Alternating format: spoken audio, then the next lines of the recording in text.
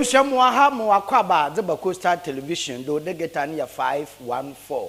Channel 54, you go TV, do Channel 22, yes, St. Augustine, St. Edward, the guitar boxing, and the guitar boxing, Akano, no so echoa, ya new better fair. Facebook, you live, na YouTube, so or you live. Every Coastal Television, don't correct us a bo, na Mother Bosom Home, na young Shan Sama, Obidi no mu akwetini Owura Kwesi Dawuda oye NADMO coordinator wo finfimanto mahada atugwa akyereme de embe asan o de yina yaboa na yehwe de eden ahorowa aba ana eden ahorowa akyeriye edimfi ohoda nechi no de da no ubobun ana da obesiesie ne de ode hina yaboa mudabiju da oterem okonon kaba ne de eden bubu ekum nyimpa bio osane nyimpa biara ho a ode isuade na efa adesua so edefam Amampe Dramani Mahama, Ejanu Tumudo, na odi asow na soso abofo de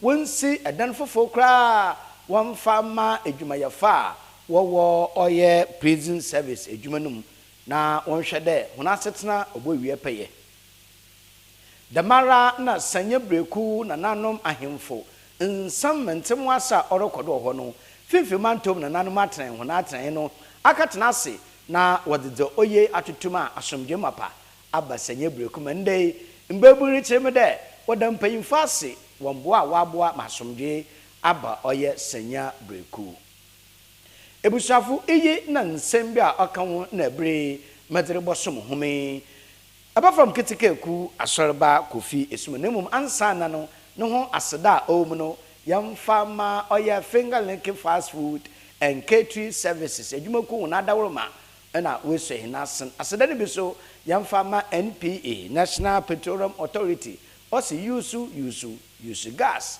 na wufie nya akonopa diesel gift shop no so edwumaku a weso hinasen ne bi no kokoko nase no yamfa ma oye king of the universe osi king corn wa bede materials ntiko na kaje waden so da maina edwumaku hu na adawroma na weso masen mamede donkre kasebo mede brahome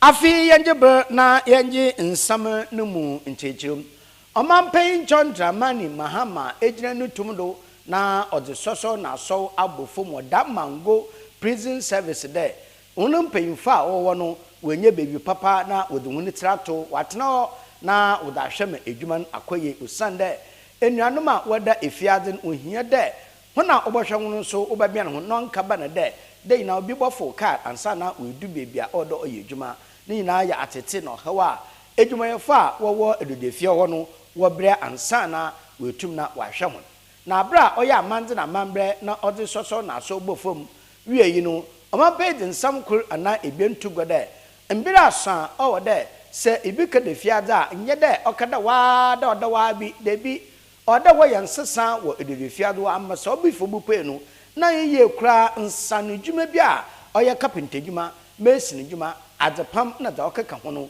da nya akro no obutu anya fi bra okada fiade mfi biara oda kada fiade obifo ope no na otumi de madwuma otedam maso akaba na de onya akro kuhye de madwuma no fiade wo mpope ya bana de na rambete be yedwuma numpo obotum wafa no wa obeye dwuma na wetie na kaw omampen Dramani Mahama nsema odutugwa no ebushafo yehwe de okani bi.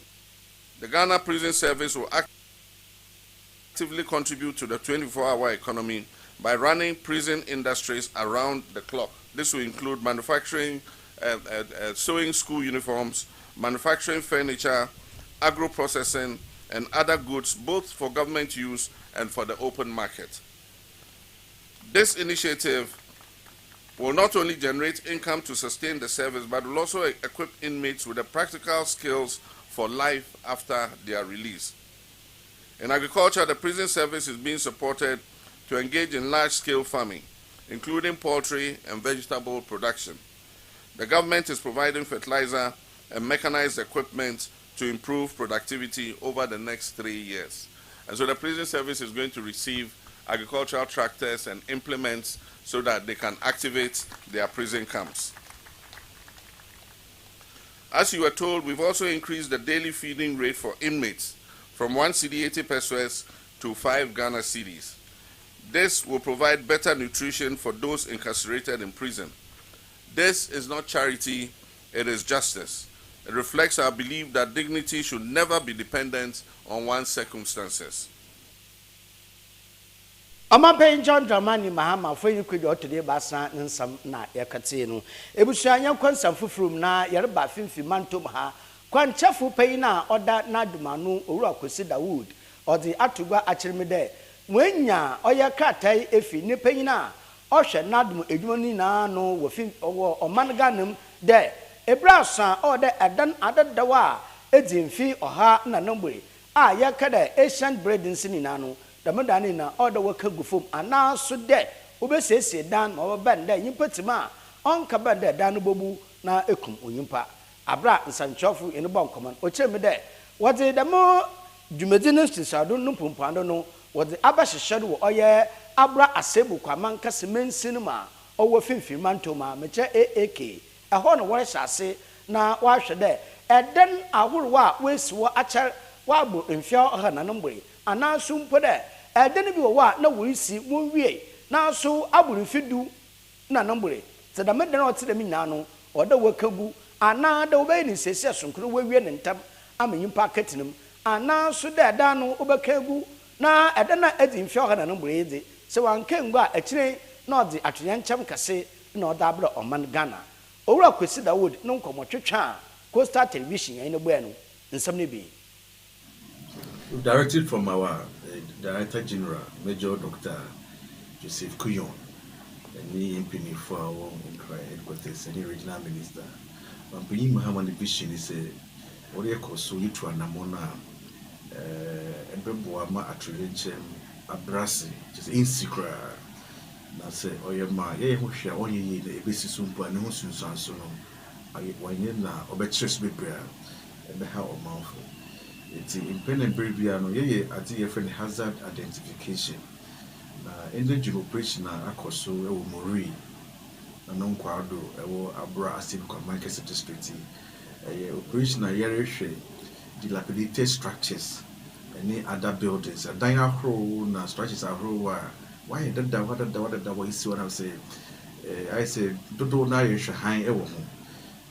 Regional directorates, Yens Nasina. Some dummy structures and Kubu, then for how and brew mouthful in the chrono, and Sana, Yako say victims. Into no, ya dispatch the regional operations team, any AAK district director on any team, hazard identification. Buildings are always structurally weaker, were identified. And I'm one of the two from the traffic. One day say you invite, one day say you invite to home office. Na yen wakasa one day say ye troko na we prosecute room one say ye mo education na what you want them my in the na so operation team no so I 100 ye hwe say at the end of the day this operation will be successful and it will go a long way to protect lives and properties in AAK. On your AAK could say there were other districts in the region so similar operations are ongoing. And say you save lives and properties by prioritizing prevention, risk reduction, mitigation factors instead of say trainer BBC and Sunny Kutrana Monsa Yakoboa victims. On Sina Dama exercise across Mori Junction. I wish Abronsanya will see Dory Babs in Chenhoya. Dory Babs will see school. I'm of Framba Nadine Naoko, Sanso Soben, Karakambejo Highway, residential areas were around that. Say young Shana into one number 1 year for year and 2 years now, and say Eduquam on its own. Asha, Nipa Hena, Whipra, now the Bush Yabashawanka. The training today's operation, it will be a final one. Ebe to Afadama, the structure, who ended my Okan or areas in the Ibeshana, Yadia to Yema, or Mouthful in a Kunus or Wato. You live in a safer community. Okay, you won't see. I would unfurnish Sabano in Suara or Sanitary na or the 2 gotcha mede. No quarrel way, war Abra Asebu Kwamanka say, men cinnamon. Ya were maybe a pee or wha, or no, a one what to the waterproof area. Chada what the in Supertia na never happen in Sunam Wababa no baban there. Over to now by Shanghai, mean super from Coffee, Omon Pally there, Cecially, Yawumi, into a day to beard and odo. Now, Osha the baby is wood and nation, so you soon could say that, or say Ubuna, or the Ubun. Say you Ubun, no baby or what way you obey ye, Mon Cabana there, in super from Coffee, or no, washing wansome, no waka, or consider would Nansama, or Sunday Tuesday. Junction one Madiko, Muriko, Miguasi, and the code now the Hono low line area. The low line area, baby Honoma, in Sutwaka, Credit Nipona, is soon way. As a flood be flash flood any other flash ever. Dama Brian Branding Bia mark as flood prone area. Any client say building inspectors in the various assemblies, what my client say, one could see a dime ever. The not only building inspectors, special planning committee members are we approve and especially into no the operation is no echo so as a yes. We our area be a special site plan with permits. Depend on my permits. Technical officer be our assembly be only me say aha area a flat prone area. Now so what no who am permit to say 1 year development structure or no. Or about be fees the laws. You come and explain why legal action should not be taken against you for approving for the construction of a structure a flat prone area. Any can say ecoso. And no we the afutu and the church so Emma. House landowners and landlords are who all these flat prone areas and say quite number for sir obey one development and KOFI or how embre one wankasa nasa so for how embre one neighbors nasa so for how embre or mine crew nankasa what's in the summer you know for such training using the necessary laws and special planning regulations prevention activities now. In this era of climate change, adaptation, you can once and you to in the right direction. And we know and we are confident that at the end of this exercise, we will achieve our set objectives. Ora kwesi Dawood ono no ya kwanchefu pain the manadmo wo finfi mantoma ha na nsami na no ye katibaka abentia Philip Mensa ono no kobobo nsami na no other brahin ebusuanya ntuado na yenko commander Edna Egwafa Ebre Mensa mu na commander omanan yewo ne mpanu krowa dudunara friend kafudidi ampa na kafu ndidi da na nchenche sabe utafrecha abano we intamerika say abana mpo de fiade kafu didi pa na dudu na kra kafu didi no krowo a oye no aya obede ikro ne ye ikro idina oda kro no do oye idina oda kayo na so oman no akirem da debi kafu didi kro no nye idina oye oda kayo na mum oye idina tete nkanu mpeyifo wodo to kro nti we enwo a onye ye na the mensemi na atugwa na wabra wuriti ho na afashapo no kra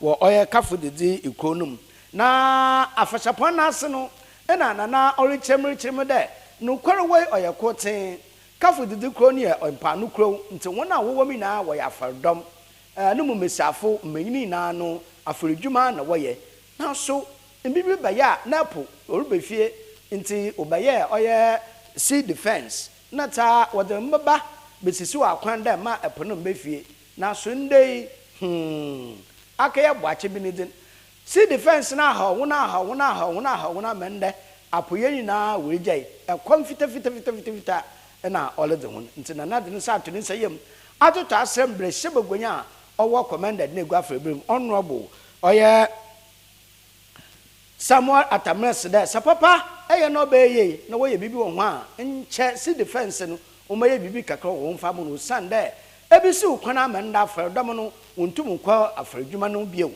wontum nya afredwuma wo oye kafu dede nti bibi sunko wo no ye oba ye ya nche wonko na wonka ya mahon bra na nade nsam no tugwan na yen katebaka wo ye hwe nsama na okay ni bi ikoi oye farko na farko su de wani afredwuma na ye na ono mda hiane mpoano no wase ama be no mpoano na njama na azi ontumi njine nti ama yene education so anam no ontumi afofo opono yanama ọba ne dama na ọwọ mekuro na asetena waye ọma abata no ntum mbo won mba no ma won ko school a be mo pe de wugina ntum nka gina mototo asra aba oye yane MC na wa mayen president na so ate yesel bebre yane civil defense yan papa certain na yan me de ntum ngina awoso be na wo yan ma no wa bobo yan me so gina na me nanam abata na meja nimi wonye busy na wonye bi hwe ye nuanum mmofome temasra bande and see defense oya roho oya asefu and president His Excellency John Dramani Mahama minimum there oya listen president temasra omo he na oya roho wa kafa de yan asetinam edumede ani koyimu Nana kwesi ankoma otodo ebien oni odikro dama oya kafu didikro no na fashapan ena nana de mensemi that gwa yene katebaka Eric Annan ono na kafa nsemi na no ode brehyan mama ka ode don kro kasebo na wo gudu erihwe de etredo na yekupe mu oya sanye breku mentemu wase wahensamum epo abba oya sanye breku mfipi ma mpuntu akechi wo oye senye breku na adomara kwa adomninti mana abirwa 8 mo wokwem mana nanu yimpemfa wo finfimanto ma mecha regional house of chiefs akwa asetena na wodi yei atoyei na wodi asomdwi ebuwa no ama afana afai na wanum asomdwi ebuwa de nyina yanya kwa yemfa mpempuntu yemfa ma oye senye breku na abra wo wie dwumeda wo wie oye asetena wo oye nananu munatran wo finfimanto ma na yiko ogwa no yani katebaka oye frepemensa nye mpemfa wada oye senye breku ano meche ebusuopen oye nanayemba wo bon komo twetwe deda ende asomdwebo na wanum no eba no kwan na wo hwado da mpuntu baba oye senye breku na nsaba mpemfo wo ka ne bi etim na kan bia so eni ho ye pede ye nyina ha na ha no ye ka bom na se breku ma no okọ nanim ko se kroye ene ye pe se ye nya papa ye mu dia ekro no onko nanim nti ye kan dam ka tie wa pe ne ye ka de ekro no ye pe de ekro no okọ nanim ye nje bibia nto ni atwuma so de se onyine nyi wo se a che de onyine wo se breku so onyine wo se breku dia mo me ye nyina mo mbra ye nya ye de ye kambom na se breku no ye de onko kan Wama how bebre how de bebre oma ekro no ontum nkwakan yase then the wama yati asam oye de 2 years ni it's not easy yako Cape from Senya to Cape onye easy banyame na yeda na ase mayare hwehwenye ekro ye impuntu ena edwuma mesin enya na enyi si nkote na wedi kunyim Senya oman no na yedi nkunyim ye pempuntu ye pedwuma iti momo bi anje ni differences into baby na ye nyina ye nya kumo ba ya edwuma betum abesenya na youth na wo won wonya edwuma ni bi na wa ye den wa ye senya bada wo ache mansunti ye ntum na ye nko ye nyim meje de ende mesu house of chief nu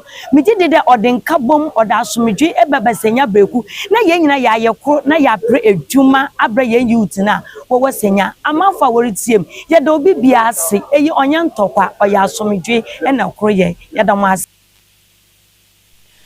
nasi nkwanta otuba otodu ibasa one nanahemba osenye breku damara na ebusuopen oya papa Graham no so etsenenkan na yanye mbebu na wo senye breku so twetwe nko obisa wonde entida ndede asomdwe bu a wanu mayehudemi eben nasam anaben kwan na ho so wo hwakwan de wonayi dado da ho hwakwan bompunta obesenye breku na nsama mbebu nso kani kakra wakan menya aje papa de kwan a wo de fa do de to ma hin onye ne kwan papa mu a se oba ne dama na o che de nkabom na ebo mpa de ya KOFI ha ene ha ye na ebobom na ya ma se yaman wakwanayim na youth no so wenye edwuma ye wokonum nti kakra metuma asrai obia wokwa ma obi nkoyi ni yankono do se yan na wedi nkoyim ma obi nkada emeyi ite wo twene wo na embo mpa ne ye be se yaman de bia ye do nkabom na yi na ehwehwe dem da ye mpanyimfun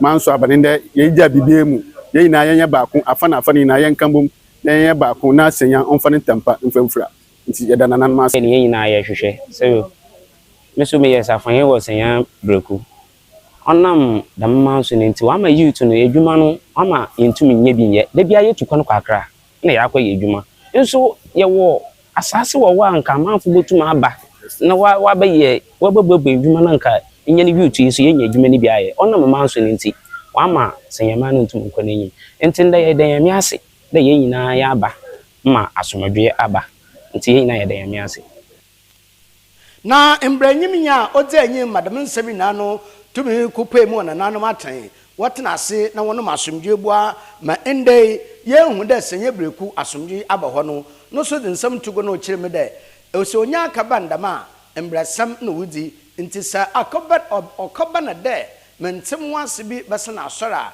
ɔdɔ nyako no ɔfa mbrakwando na ɔdɔ kɔ na mu nyɛ dɛ ɔyɛ ne yanko bɛyɛ pinte lawyer no so no sema ɔka ne bi should be yeah, but finally we pay. The one decision I want to bear no. I have a petitioners no. In case I had to call before the council the or yeah the supposed distillment of Neyu was void. And oh yeah a afamba no so what the case about the oh yeah the Neyu no so installation was problematic. Eti yakoko case dum nyina wie no and the judgment what the be in the first oya court onya adwun the so called distillment of Neyikweku issue no is void. However, wasana okubaka there oya the installation of Neyikweku issue no so is also void. And the basis there what's the per what they are saying what's the oya as a phenomenon and two no one process of the installation no but as you all do know them case your yende no shase sure case ya for Supreme Court and why then was anaba sure and Supreme Court has been emphatic as to who is the rightful owner of the Senya Breku store. Exactly. Yes them the court na can they would 1 man 1 week so after a week we can apply for the full judgment in Ankasa. And this is just synopsis of whatever transpired. In the then you can get the details of whatever and how they arrived at their conclusion. You wait to the case now in our mind, I have petitioners. The petitioner the court, the court has agreed with us that the installation, the distillment, so-called distillment was void. But they also trying to raise questions about the installation of Neyi in the first place. So we look at it na sabi nyen ngofo our contracting no ekonopade efado no edafado so think about it. There are previous cases that travel all the way to the Supreme Court, and those cases the court has been clear that the NAE is still enti Senya Breku nsɛm na no aseda yɛdema ɔyɛ nyane kate baka fripimensa ɔno na ɔkafa nsɛm na no ɔde bɛn ebuso yɛngyina do na yɛnda yɛn ho yɛmbra yɛngye hina boafo wɔn nkrato na yɛba yɛdeda aka wɔ Coastal Television donkro kasɛbɔ no yɛda ato yɛn ho do yɛnkɔ mrɛsis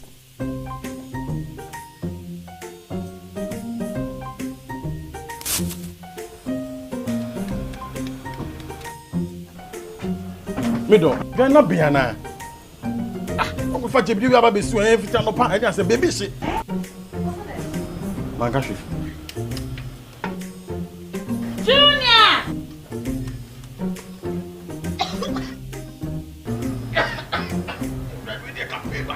I'm saying so enough for maybe the no. Sister Cospa, it's a winning gas. I'm using the why. My wife.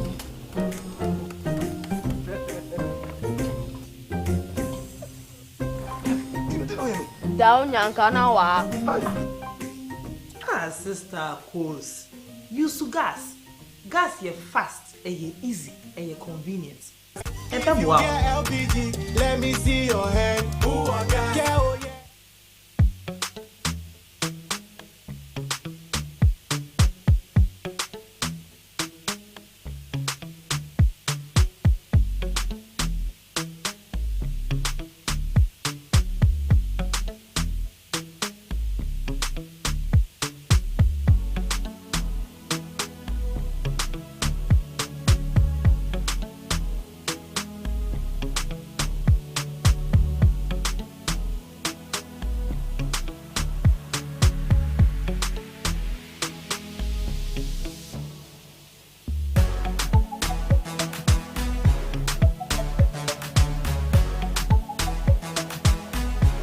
We sell gift shop, a place you can rely on. You call on us and we'll deliver. Thank you. How do I know God is real? Can I trust the Bible? What do I say when my faith is challenged? Why does God allow suffering? Is Christianity still relevant today? In a world of questions, the God Summit brings the answers. From November 13th to 14th, 2025. Join us for a Christian apologetics conference designed to strengthen your faith and equip you with truth. Experience powerful keynote presentations and thought-provoking panel discussions. Take part in practical breakout sessions that give you the tools to defend your beliefs with confidence. The God Summit, November 13th to 14th, 2025. Afternoon sessions at 2 p.m. Evening sessions at 6 p.m. Register now at centralgospel.com/TGS. Okomi yayo, eti mpayin akade, me komi hwehwan emi. Memom, ibite de banibu wia. Ebesena tuska akotedru de anu omoyon.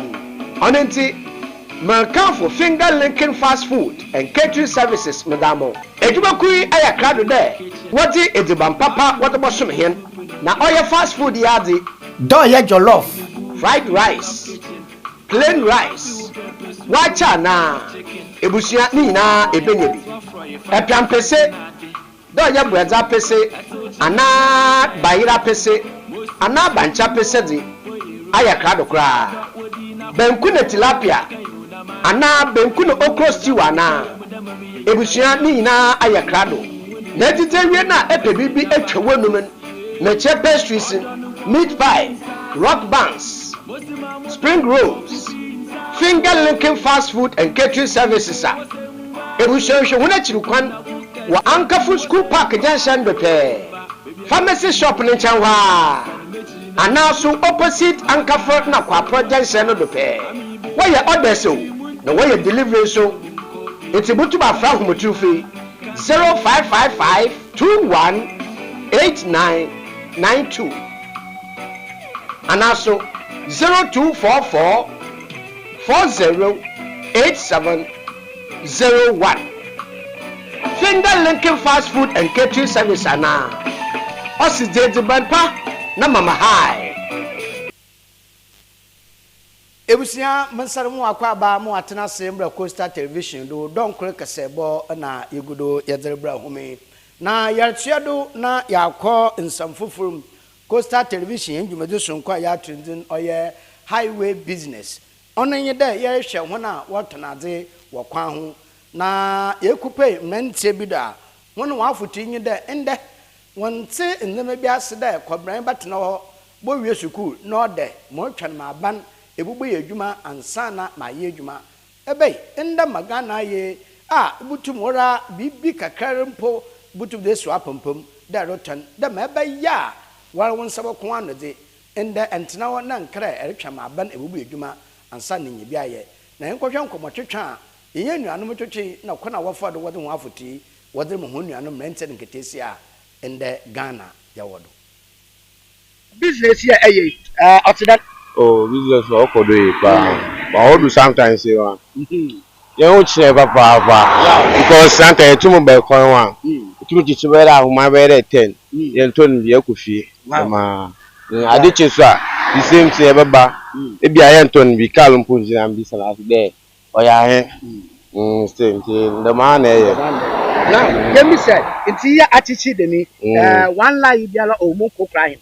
So we are 8. So we are 50 cities. R4. Yeah. Only last year 40 cities. Last year 40 Ghana. Wow. But we earn 60 cities. The last guy 50 cities. I thought you were casino one kakama. No line in there. My quarter said that on my own. Yeah. On my mojas. Every Sunday. And then to Koto. Yeah. That's to Koto. No, members of the mass be what have they feel what the Padam Koto to them. The trap, yes, a trap, a coconut proud be, and a trap. And Nambusha and made a cotton bomb. Yeah, yes, It's a two the trap better text near the bush. Yeah, a little bush na my is and ma 30. Actually, I abana we are pokoto. Abana we are the man it's a day upon Cotabayan, never the bucket. Oh, no, a day I'll come up there 30. A corner pepper to my day better, I'm mad for. Wow, they are bushy, but the better 40. I covered my way there 5 and assist. But sometimes about my 2 days. What my boy there in the China anti-supporter. And 3 days the man and cotton about those. Whether my 10th campo. Yeah. Wow. It's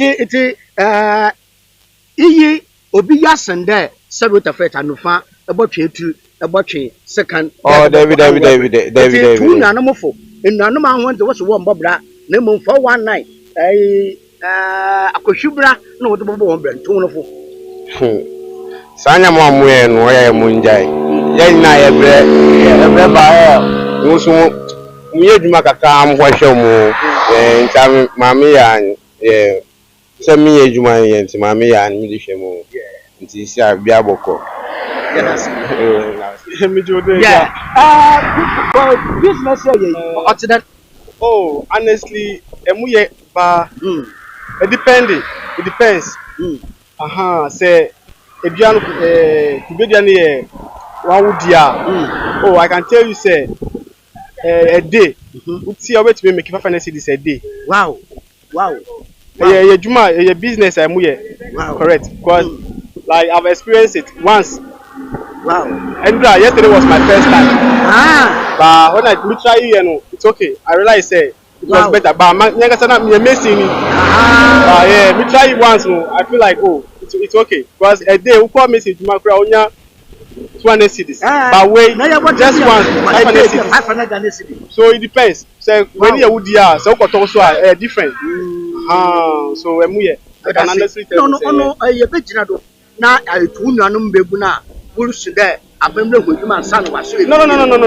like at this point in time, you can't rely on government. Say government in here be female. Because me private my first school. What I say, money but don't rely on government. Say government in make man like you can start something. I just started to be kakra survive. What I say, and say we will be and I say we graduate and I say. When you graduate campo now, the who can be manaya bibia mawa. Masa, you better wake up. Because wow, as I also know because just some kitty kakabe or kakaya or campo. Honestly, say me card denominate me 150 cedis make me now. Indeed, yes, it depends. Because mama will be behind and say I buying MD mama once and I'm a they need to sit up and do something because I better. Joe, ebusiafo na nodo na yebegina na yede oya donkro kesebo nano yede aba ewieye yamfa ndase papa omno yamfa ma diesel gift shop osi tade na chade damara na fingerlink fast food and catering services osi de mampa na mama high king of the universe osi working corn wa bedding materials NPA National Petroleum Authority osi yusu gas edimaku na dawo man wuso masen ma menya bre na adaje medembre nsamni nano medebro asede bi onkwama oye Uncle Ben ena onye bre eji wona dawo ma na ochinchim frenu ohwehwe ndema nano odi senyi ma mede nsamni so medebra homadi ebusiafo from kitikeku ASORBA KOFI ESSUMAN momo na hwa ahenwa enyado abraw onye nda no so ye wono china